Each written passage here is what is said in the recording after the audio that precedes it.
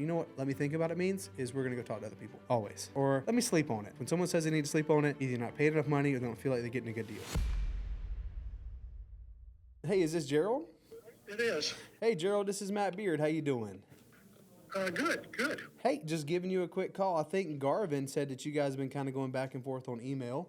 I guess a little bit about your place off Avon. He wanted me to give you a phone call today. Did I catch you at a decent time? Yeah, I'm good. Okay, awesome. Well, like I said, I know you guys are kind of going back and forth a little bit on, I guess the purchase price and some around the seller finance terms and stuff like that. So, for me, I normally step in when it's time to write some checks. So I was hoping to kind of get caught up to speed and figure out kind of what you guys had discussed. Well, I had mentioned in the ad that I was, willing to provide some owner financing, Yes, sir. which that seemed to be of interest to Garvin, and we talked back and forth a little bit about, the terms and the amount down and that kind of stuff. Yes, sir. And that's kind of where we are now. I think my last offer was, like 4.5. I mean, at 5%, and he was saying 4.5. And anyway, I'm a little reluctant to go below 5%, but I would be a little more flexible on the price, so I might could lower that a little bit. But anyway, that's Sure. kind of where we are. Okay. Have you seen the house? I've seen it online. That's the best Just I've done. online? Yes, sir. All I've seen, I mean, I see it currently. You guys, it looks vacant. You don't live in it anymore? No, we've moved. Okay. We've moved out. Yeah, it is vacant. Yeah. Well, I mean, honestly, a lot of times I end up buying stuff and we redo some stuff, get it up to some 2023 standards. If it's some paint sometimes or some flooring, it needs to be replaced. That's all pretty basic, or, replacing some showers or stuff like that. That's no big deal. Yeah, it's an older home, built in the '60s, and Right. it was added onto in the '80s. But yeah, it needs some updates. Yeah. And I was, debating to myself whether I would, try to undertake those on my own and Yes, sir. up the selling price, or, just Of course. just try to sell it as is. It's kind of difficult to, you don't know what people want. For sure, and you end up doing. I'm in that boat all the time. We buy stuff and fix it up, and half the time I put more money in places that people really don't care. And it's like, That's what, right, yeah. am I going to get the value back out? If I'm gonna spend 10, am I just gonna get 10 back out, or am I gonna get 15? So it's. Yeah, I understand that. It's got a wood deck in the back. That looks nice. Yeah, it's Yeah. got a wood deck. It's a heavily wooded lot, and Yeah. it's, Are y'all in Tallahassee? Oh yeah, Nice. yeah. We didn't move full day. So, Yeah. so are you in Tallahassee? No, sir, I am not. I am originally from South Carolina, but we buy properties kind of all over the place. So I live in Phoenix, and I buy properties here. I also buy properties throughout the state of Texas, mostly, honestly, in San Antonio. And then I buy some there in Birmingham, a lot in Orlando, Tampa, and Jacksonville. And every now and then one comes up in Tallahassee, and we take a look at it. So, we're kind of all over the place. And at the end of the day, if we're able to create a scenario where, it's a win-win for all parties, and it's something that I could probably buy and either turn it into a rental of sorts, it's probably something I'll look into. So this is kind of one that Garvin brought over to me and said, hey, Matt, I think this could be something that you could do. So looking at the preliminary numbers, I'm like, okay, well, I'm going to come to the table with a down payment. And again, he had already kind of had some discussions with you, because to be honest with you, a lot of times by the time it comes to me, I'm the one having those discussions. Like, all right, how much do we want to do down? How much, all the other stuff. But, I know he had already kind of talked through you from that. So, I mean, up to this point, are you guys currently looking at, getting some other offers, or is this something that you want to kind of hold on to for a little bit to try to field something? Or I guess where are you currently at with that? Well, I've had a couple of people who were interested in it. Mm-hmm. Just kind of waiting on seeing what they want to do. Mm-hmm.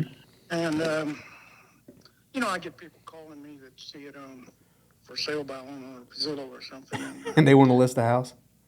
I get a lot of real estate people.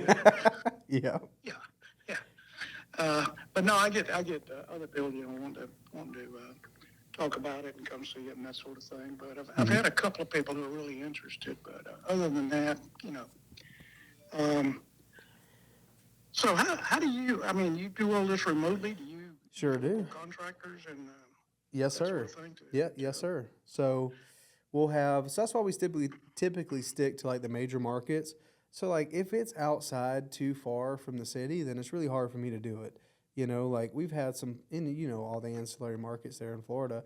We've had some like even in Land Lakes, just a little bit north of Tampa. It's tough to find the contractors that I would closer into town. So but it does. It allows me with the great opportunity that the internet has provided. Normally, I have no problem, getting some people in just to, fix a couple things if necessary. Like I'll have contractors go out and they, just painters, pretty basic, flooring people, and we are able to make it work that way. So it's no big deal. Now, I also wouldn't take on any project that would be like a massive undertaking either, right? It kind of have to be a house that looks kind of like yours, right? Something where I don't need to spend $100,000 to get somebody to move into it. Gotcha. Yeah, it's a very nice neighborhood here in Tallahassee. It's kind of a real desirable neighborhood. Mm-hmm. Pretty close to town. I mean, a couple of miles, but Yeah. still, wooded and that sort of thing. Yeah. Well, I mean, for us, again, I think the selling points are certainly there, and that's kind of the reason why I wanted to hop on a phone call, because I think it would be something I would definitely look at. It's just a matter of coming to terms with what you want to see. Of course. It's it needs. Had we continued to live in it, we would have done a couple of things that we thought needed doing. For instance, it has two bathrooms. One of them we would have probably redone. It probably needs to be redone. The other one had been redone, a few years ago. So it was probably okay. But I think I see the one that has like the plant tiles in there. yes. Yep. It's kind of small. Yeah, it's a little bathroom, but it needs to be redone. And I looked into that, and there's just There's some a million updates. things you could do. Yeah. Oh, yeah, any old property needs. That's the truth. Some updates, but like I say, it is a nice neighborhood. So anyway, I would assume at some point you want somebody to come look at it. Yeah, we would, and honestly, it wouldn't keep me from wanting to purchase it. For me, it always comes down to the terms, because I'm not. There's plenty of people out there that buy properties and they go in for cash offers and they're just extremely low. For me, if I can get the terms that would be advantageous, it'd be like, okay, great. I know my monthly payment and I know my down payment. I know I'm going to be able to go in there and something like this, I'd probably end up spending about 25, 30 just to get everything right and just some paint. Things are expensive nowadays. So I know kind of where all those numbers fall. So when I was telling Garvin some of those preliminary numbers, I was like, okay, well, if he's okay with doing something like this, I think I'm fine with it. And just looking at the pictures, I wouldn't need to walk through the house just to be like, yep, looks like a sturdy house. I could do that, so at some point in time before closing. But we don't do an inspection period. I don't change the price. I don't do, when we decide to do something, the earnest money is hard immediately, all that good stuff, So I don't want to play any games with nobody. And likewise, it's like we don't want to waste anybody's time. We're here to sell a house and buy a house, that simple. Yeah, I understand. And then I think we were talking about preliminarily anyway a 30-year mortgage with a 15-year balloon. Yes, sir. And